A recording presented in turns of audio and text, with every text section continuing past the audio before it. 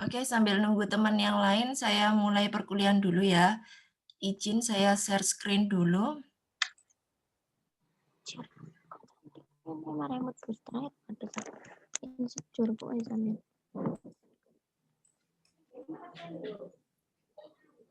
Jadi hari ini kita akan belajar praktikum kimia dasar yang berjudul praktikum titrasi redoks permanganometri. Saya tanya dulu, apa kalian sudah dapat modul praktikum?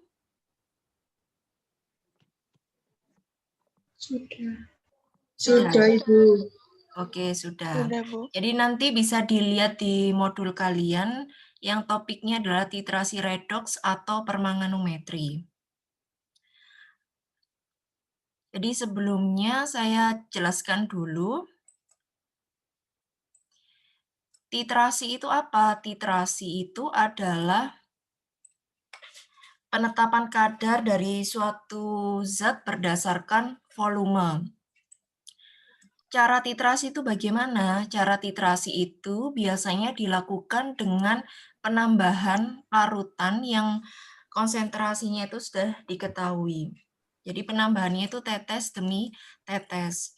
Nanti di titrasi itu ada yang dikenal sebagai larutan baku primer dan larutan baku sekunder atau larutan standar primer dan larutan standar sekunder. Kalau larutan baku primer itu biasanya adalah larutan yang konsentrasinya sudah diketahui. Dengan cara apa? Biasanya diketahui dengan cara penimbangan. Sedangkan larutan baku sekunder itu adalah larutan yang konsentrasinya tidak diketahui. Biasanya diketahui dengan cara mentitrasi menggunakan larutan baku primer. Jadi baku primer dulu yang diketahui konsentrasinya, kemudian dari baku primer ini digunakan untuk titrasi untuk mengetahui kadar atau konsentrasi dari larutan baku sekunder. Titrasi itu banyak jenisnya. Ada titrasi asidi alkalimetri atau asam basa. Kemudian ada titrasi nitrimetri yang beberapa minggu lalu sudah saya jelaskan di video. Kemudian ada titrasi redoks. Redoks itu ada dua. Yang pertama itu adalah permanganometri yang akan kita praktikumkan hari ini, atau titrasi iodo-iodimetri. Oke, saya buka dulu di modulnya.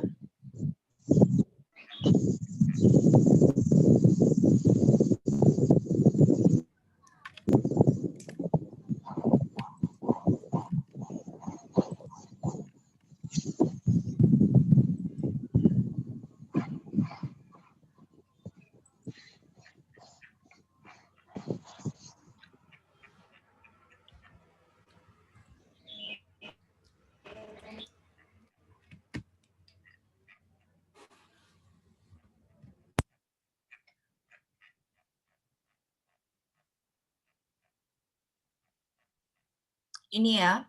Jadi hari ini kita akan mempelajari mengenai praktikum redoks permanganometri. Jadi tujuan dari praktikum ini apa?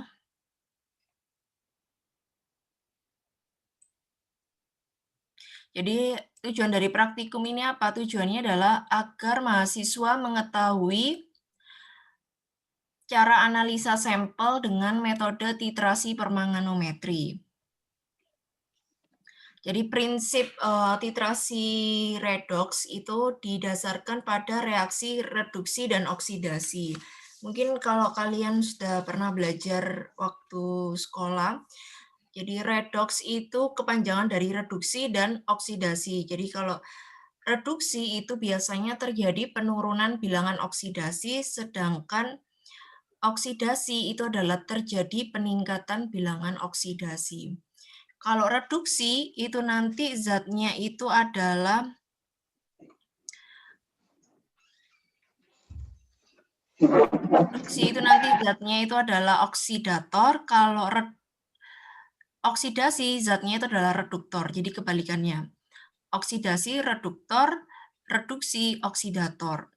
Jadi pada praktikum ini itu adalah melibatkan jumlah elektron tertentu yang dibutuhkan dalam suasana asam, jadi ada H2SO4, untuk mencapai tingkat oksidasi dari KMnO4 yang paling tinggi, dan bilangan oksidasinya adalah plus 7 menjadi plus 2. Jadi prinsipnya itu didasarkan pada terjadinya peningkatan dan penurunan bilangan oksidasi.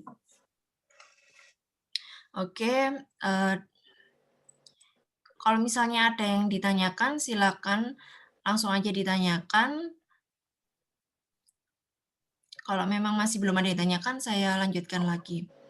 Jadi di titrasi redoks, ya kan, ini adanya zat yang bersifat oksidator dan reduktor. Kalau oksidator itu dia yang mengalami penurunan bilangan oksidasi, sedangkan yang reduktor itu dia mengalami peningkatan bilangan oksidasi. Reaksi redoks itu ada beberapa jenis. Yang pertama itu adalah oksidimetri, jadi metode titrasi redoks yang didasarkan dengan larutan baku yang bersifat sebagai oksidator, dan oksidatornya itu dibagi menjadi 4. Biasanya ada 4. Kemudian yang berikutnya, permanganometri, itu adalah larutan baku yang digunakan dalam titrasi itu adalah KMnO4.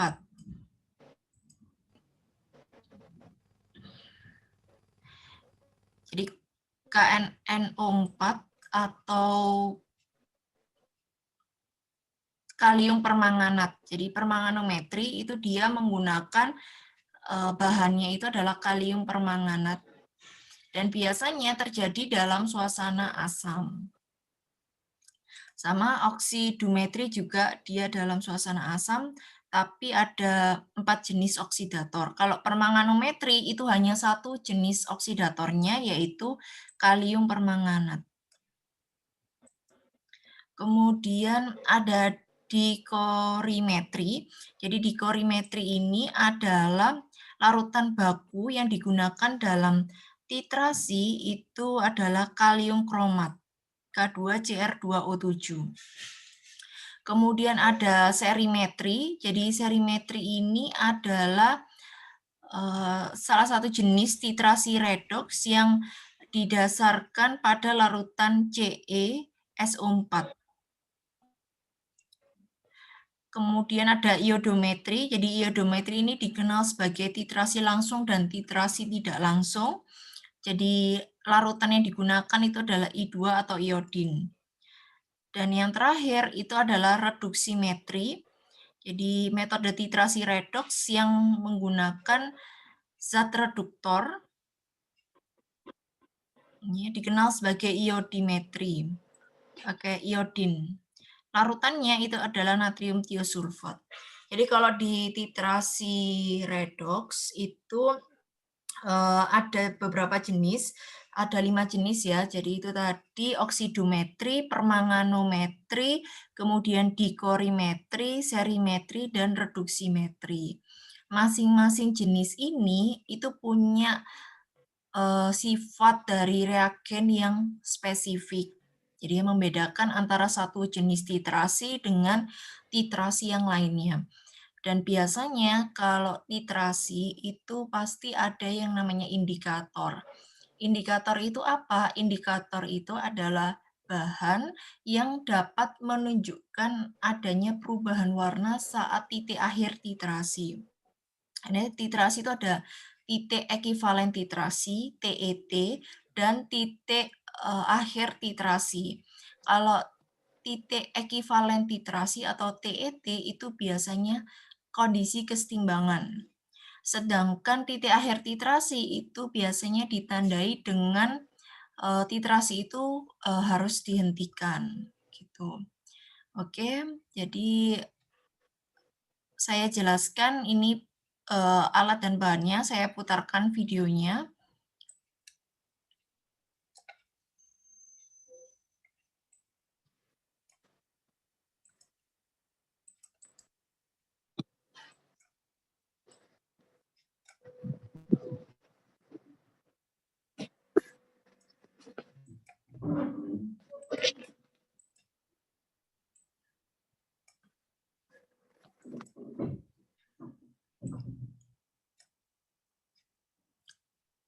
Sudah muncul ya?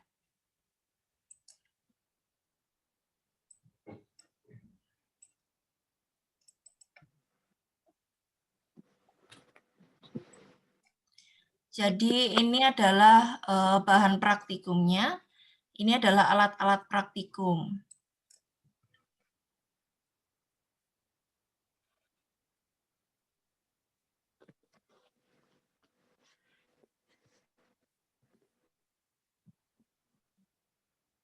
Videonya ini emang tidak ada suaranya ya. Jadi ini bahannya, ini adalah FeCl3. Jadi FeCl3 itu sebagai sampel, kemudian ada asam oksalat atau H2C2O4, kemudian ada asam sulfat atau H2SO4, dan ada kalium permanganat. Sebentar.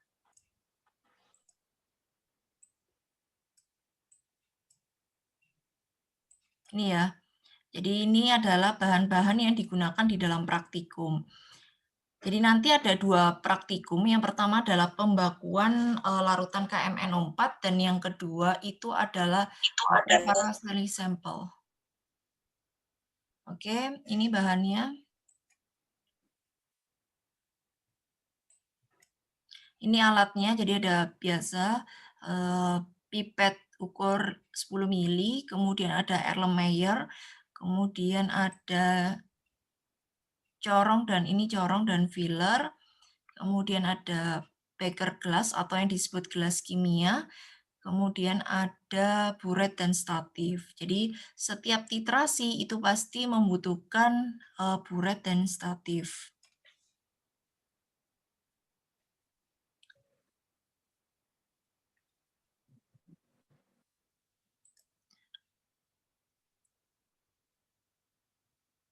Prosedur untuk pembakuan larutan KMNO4.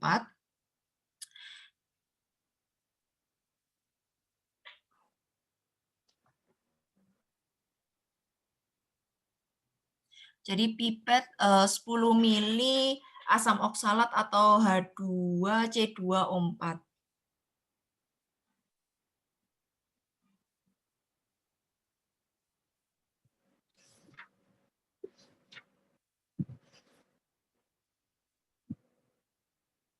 Dan masukkan ke dalam Erlenmeyer 1 dan Erlenmeyer 2.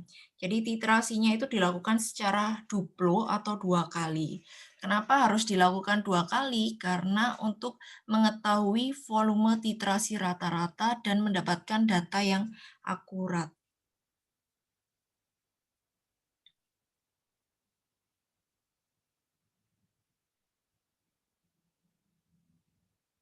Kemudian ditambahkan asam sulfat atau H2SO4.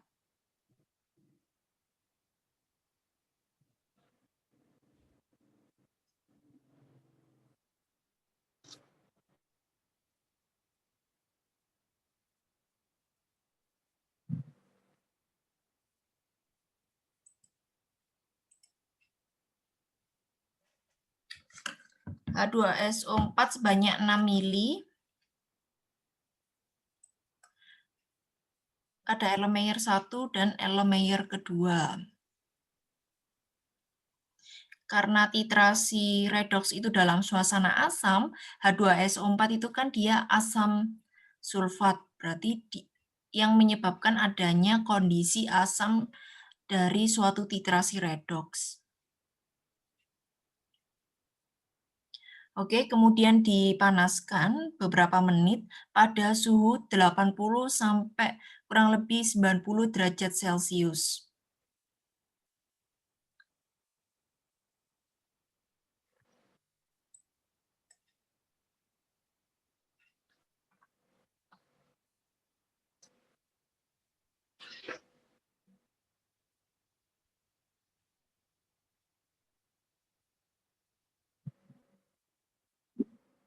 kemudian dititrasi dengan KMNO4. Jadi KMNO4 tadi itu adalah kalium permanganat, berarti ini adalah jenis titrasi permanganometri.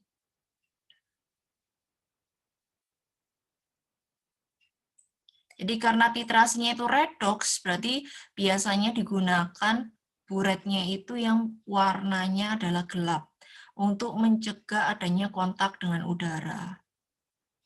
Ini titrasi sampai warna merah rose kalau nggak salah.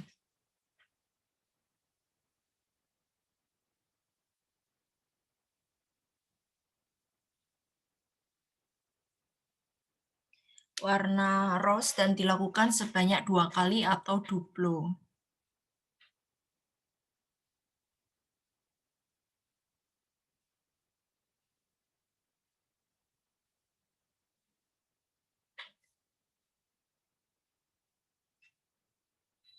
Jadi ini warna yang sudah stabil. Jadi titik akhir titrasi itu biasanya ditandai dengan perubahan warna yang tetap dan konstan. Itu dinamakan titik akhir titrasi. Sedangkan titik ekivalen titrasi itu biasanya warnanya itu masih belum konstan. Jadi perlu ditambahkan setetes atau beberapa tetes untuk mencapai titik akhir titrasi. Jadi urutannya dalam TET, titik ekivalen titrasi, kemudian baru TAT, titik akhir titrasi. Dilihat volumenya, ini tadi volumenya sekitar 0,3 mili, jadi cuma membutuhkan yang sedikit. Kemudian yang kedua, ini sama tadi pembakuan asam oksalat, kan dilakukan 2 kali, ini yang kedua. Sama dipanaskan pada suhu 80-90 derajat Celcius. Setelah pemanasan, langsung dititrasi dengan larutan KMNO4. Jadi titrasinya itu dilakukan dalam kondisi yang panas.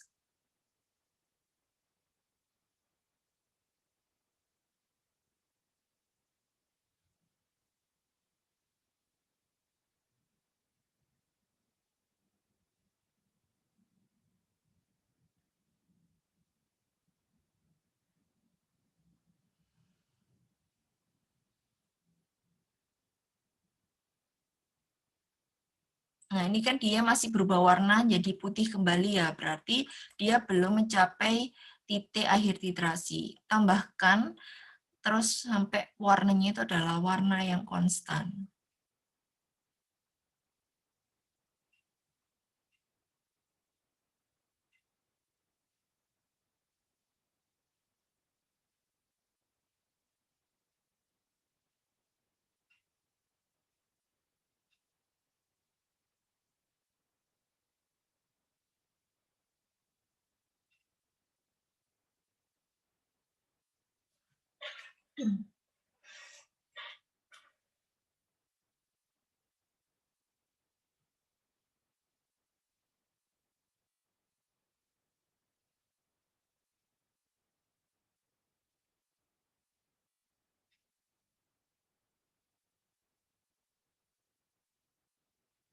Jadi ini sampai warnanya hampir sama dengan yang pertama.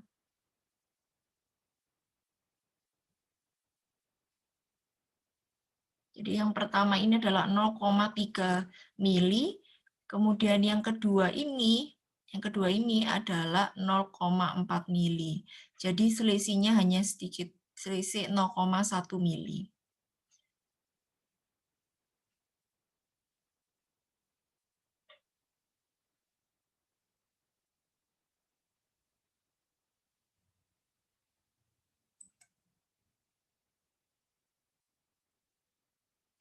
Oke, yang berikutnya itu adalah penetapan sampel. Jadi kalau penetapan sampel itu menggunakan FeCl3. Jadi yang membedakan adalah jenis sampelnya. Jadi ada yang menyatakan biasanya ada blanko dan ada standar. Kalau blanko atau standar itu biasanya menggunakan Aquades, sedangkan sampel itu dia menggunakan sampel yang digunakan. Jadi masing-masing titrasi itu berbeda. Karena kita titrasi redox, maka sampel yang digunakan itu adalah FeCl3. Jadi sama pipet 10 mili FeCl3 dan dimasukkan ke Erlenmeyer 1 dan Erlenmeyer 2.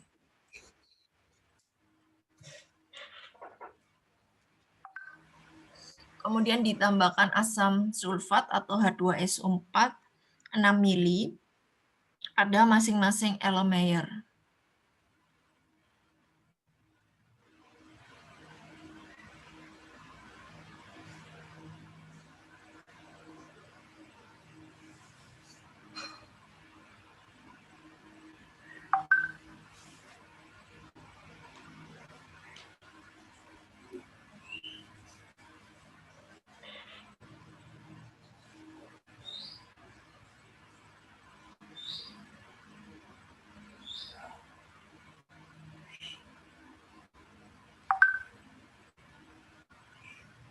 Kemudian dipanaskan pada suhu sekitar 80-90 derajat Celcius.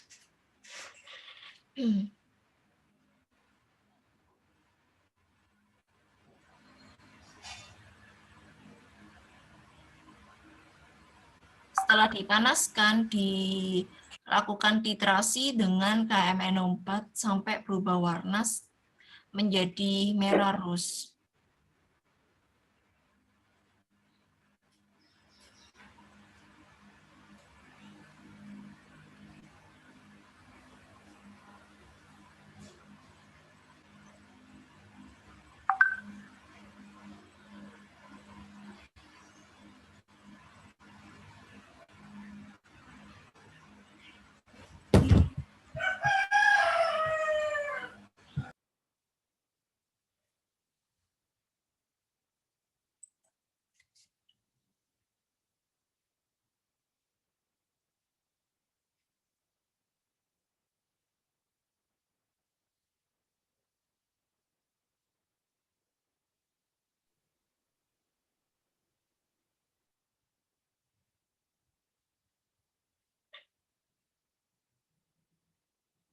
Jadi biasanya dilakukan pengocokan itu adalah untuk menghomogenkan, jadi biar semua yang dititrasi itu homogen dengan larutan yang ada di dalam titrasi.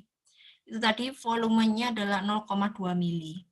Kemudian yang ini untuk sampel 2, sama dipanaskan pada suhu 80-90 derajat Celcius selama beberapa menit. Kemudian dititrasi dengan KMNO4 sampai berubah warna menjadi merah rose.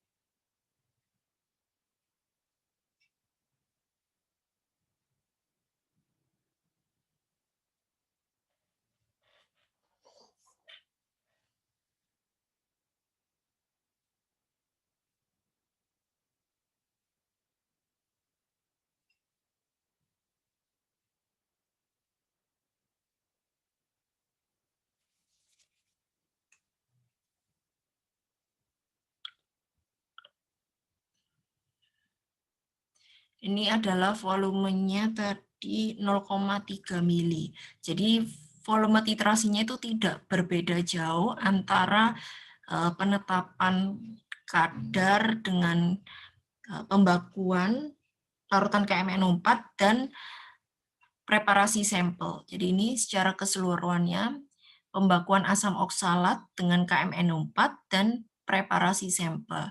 Jadi dilakukan 2 titrasi dan 2 titrasi.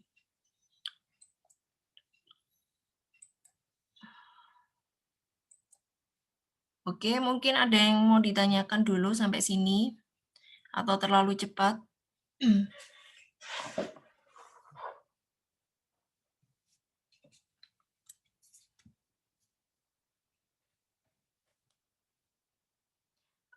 Ada yang ditanyakan? Itu tadi pakai indikator apa tidak ya? Tidak. Tidak. Kenapa alasannya?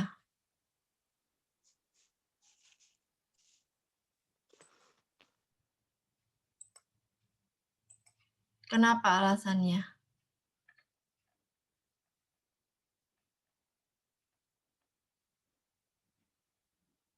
Padahal ini dituliskan ada indikator kanji, tetapi pada saat praktikum tidak ditambahkan indikator. Meskipun dia tidak ditambahkan indikator, ternyata juga bisa berubah warna.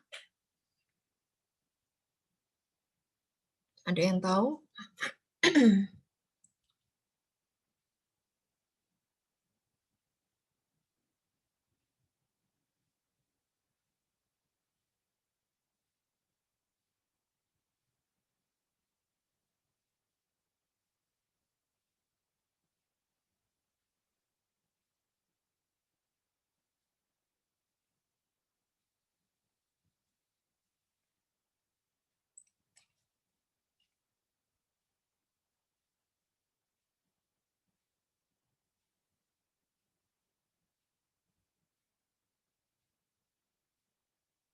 Jadi di dalam titrasi permanometri itu tidak ditambahkan indikator.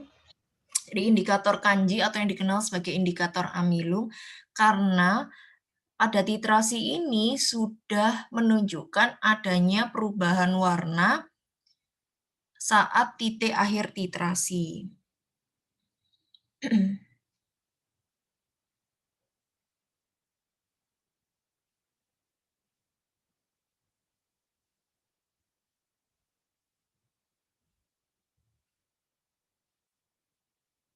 Oke, jadi kalau misalnya Mau kemarin tanya, apa?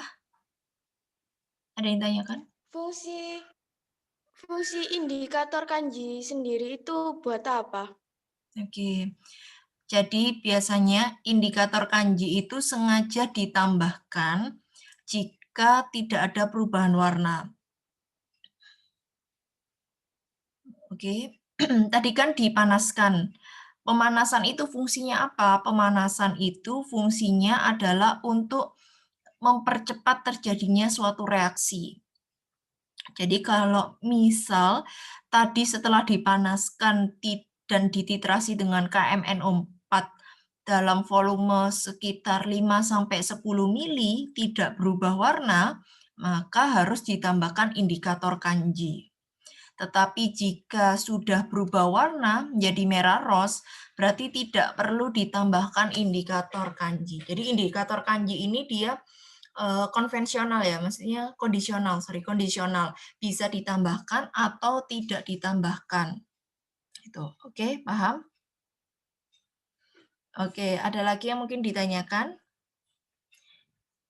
Jika tidak, saya jelaskan ke perhitungan. Oh ya, nanti jangan lupa ya laporannya ya. Biasanya laporan dikerjakan secara individu. Oke, saya jelaskan di perhitungan.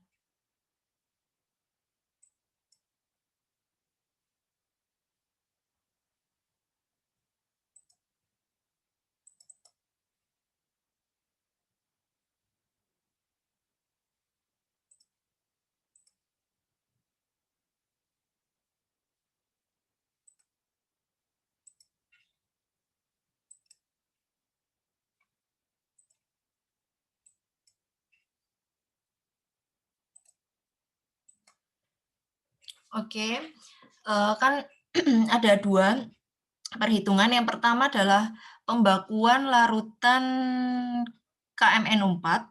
Jadi pembakuan larutan KMNO4 ini dia menggunakan asam oksalat itu tadi H2C2O2. O4, sorry, H2C2O4. Kemudian ada 2 kali titrasi ya kan. Volume pertama 0,3 mili, volume kedua 0,4 mili. Biasanya rumus pembakuan itu adalah V1N1 sama dengan V2N2. Jadi yang satu ini punyanya asam oksalat, yang dua KMNO4. Asam oksalat konsentrasinya sudah diketahui. KMNO4 yang ada di buret itu konsentrasinya belum diketahui. Yang ingin kita cari dengan pembakuan menggunakan asam oksalat. Jadi volume asam oksalat itu tadi yang dipipet adalah 10 mili. Kemudian N-nya asam oksalat itu di buku itu adalah 0,1 N. Oke, saya ceknya dulu. Yang di ini, sorry.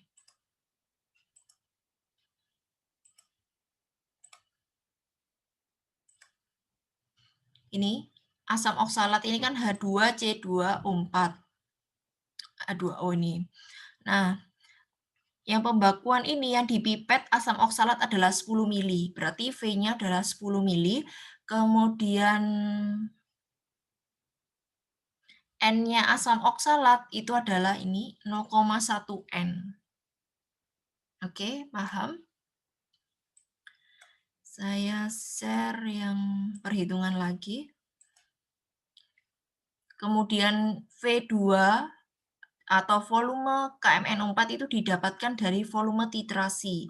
Jika titrasi itu dilakukan 2 kali, maka volumenya itu adalah volume 1 ditambah volume 2 dibagi 2. Kalau titrasinya triplo atau 3 kali, berarti ya volume 1, volume 2, volume 3 dijumlah di rata-rata dibagi 3. Karena kita titrasi hanya 2 kali atau duplo, berarti volume 1 ditambah volume 2 dibagi 2. Nanti dihitung, diperoleh N-nya KMNO4. Oke, sampai sini mungkin ada yang ditanyakan dulu.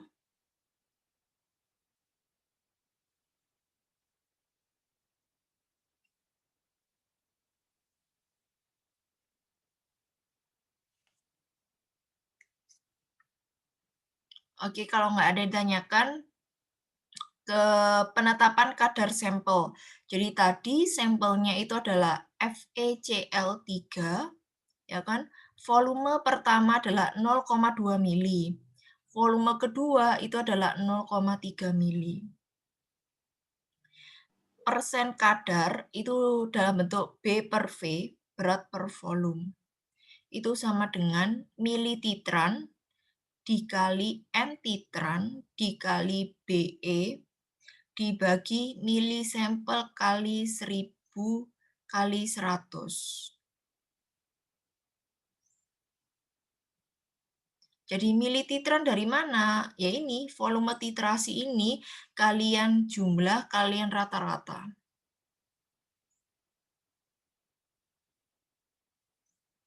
Oke, N-titran. Titran tahu ya, titran itu adalah zat yang digunakan untuk titrasi. Berarti dia ada di dalam buret. Nah, N-titrannya ini dari mana? N-titrannya itu ya dari ini, pembakuan ini. N-nya KMNO4. Kalian dapat berapa dari perhitungan sebelumnya? Kemudian ada BE. Kalau di titrasi nitrimetri, kalian dapat BE itu dari berat ekivalen ya. Tapi kalau nanti di titrasi redox itu dari kesetimbangan reaksi. Nanti saya tunjukkan kesetimbangan reaksinya. Mili sampel, tadi berapa sampel yang dipipet? Sampel FeCl3 yang dipipet tadi berapa? Di video. 10. 10 mili, betul. 10 mili dikali 1000, terus nanti dikali 100. Jadi ini milititran kali N-titran kali BE dibagi milisampel kali 1000. Terus dikali 100 ini. Oke, sampai sini mungkin ada yang ditanyakan dulu. Kalau belum, saya tunjukkan kesetimbangan reaksinya sebentar.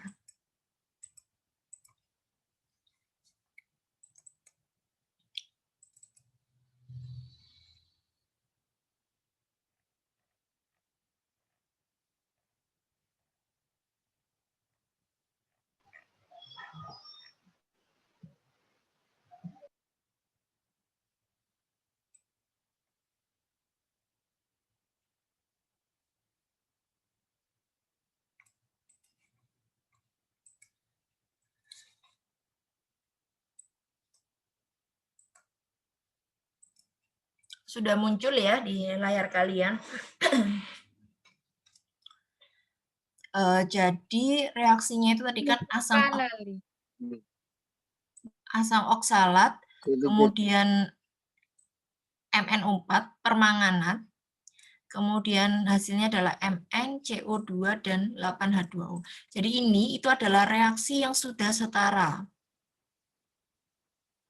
Oke, ini CO2 itu C2O4 itu CO2 plus 2E Be asam oksalat. Berarti nanti Be itu yang digunakan itu adalah Be zat dari asam oksalat. Oke, nanti kalian cari di internet berapa. Sedangkan yang ini 25, 24 ini nggak dipakai. Ini tadi sudah saya masukkan di perhitungan sebelumnya.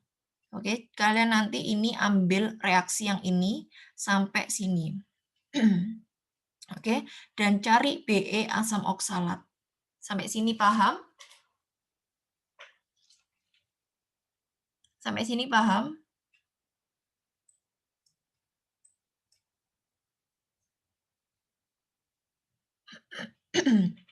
Nanti apa namanya?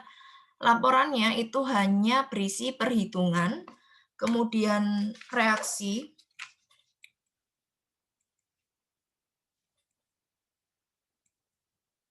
kemudian hasil pembahasan.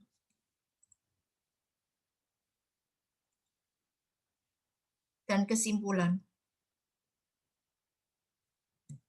Jadi hasil pembahasannya itu tidak usah banyak-banyak.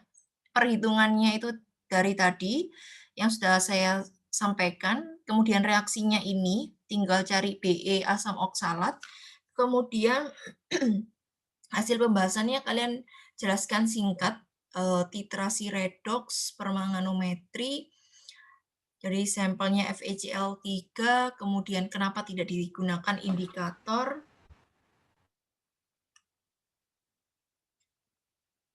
itu dan lain sebagainya. Terus kesimpulannya itu dari hasil praktikum yang sudah dikerjakan, diperoleh kadar sampel FeCl3 sebesar gitu aja. Misalnya sebesar 5% atau berapa persen, itu aja. Udah, kesimpulan cuma itu aja. Mungkin ada yang mau ditanyakan lagi?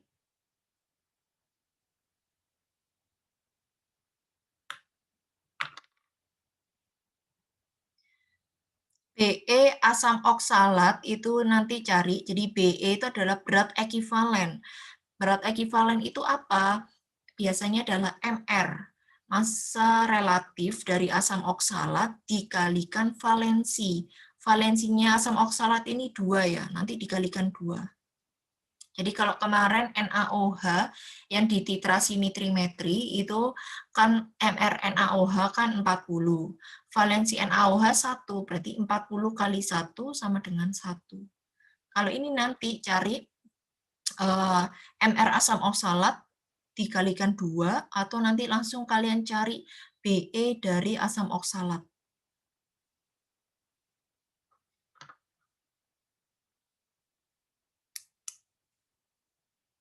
Oke, mungkin ada yang mau ditanyakan lagi.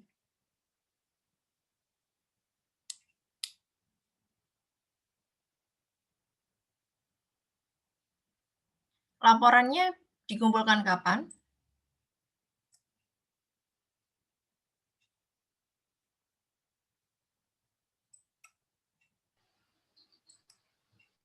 Ini nanti tidak ada post test ya, jadi saya tidak membuat soal post test. Jadi kemarin yang dititrasi nitrimetri sudah saya lihat post testnya, sebagian ada yang nilainya bagus dan sebagian ada yang nilainya jelek. Jadi yang mungkin nilainya jelek bisa belajar lagi, nanti mungkin saya tambahkan nilai itu dari nilai laporan. Seperti itu. Oke, mungkin ada yang ditanyakan lagi.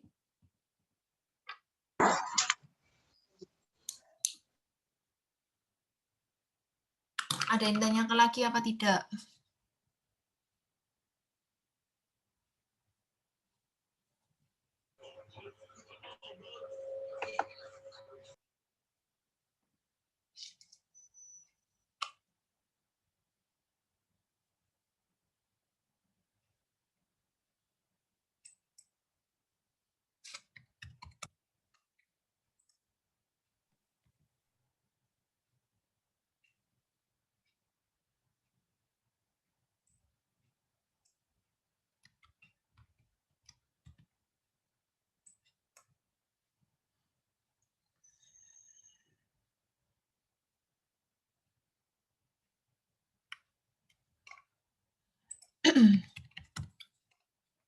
Oke, ada yang tanyakan lagi? Butuh file rekamannya?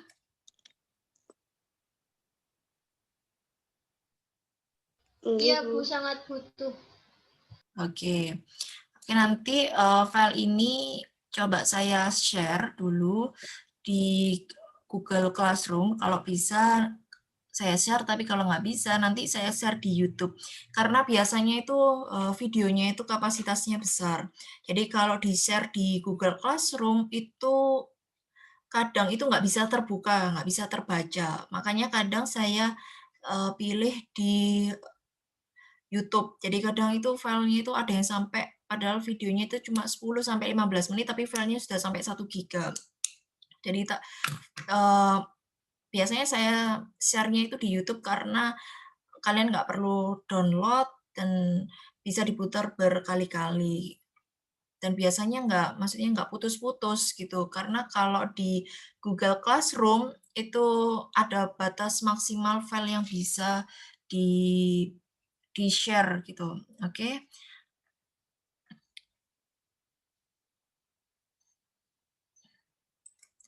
Mungkin ada lagi yang mau ditanyakan. Kapan? Apa? Ini deadline-nya kapan? Biasanya setiap praktikum itu di hari H praktikum. Kalau memang kalian keberatan, kalian bisanya kapan? Biasanya deadline-nya 1 minggu, Bu. 1 minggu. Oke. Iya, biasanya. Oke, mau 1 minggu. Ya udah berarti 1 minggu ya. Nanti saya share di penugasan apa namanya? Sorogan ya. 1 minggu ya. Oke, Bu. Oke, ada lagi yang ditanyakan?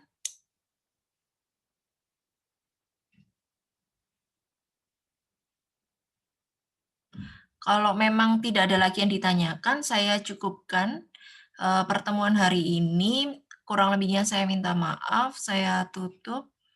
Assalamualaikum warahmatullahi wabarakatuh. Waalaikumsalam warahmatullahi wabarakatuh. Terima kasih, Bu. Ya, sama-sama. Oke, sama-sama. Jangan lupa jaga kesehatan ya. Iya, Bu. Oke, saya akhiri ya. Oke, Bu. Saya end. Ya.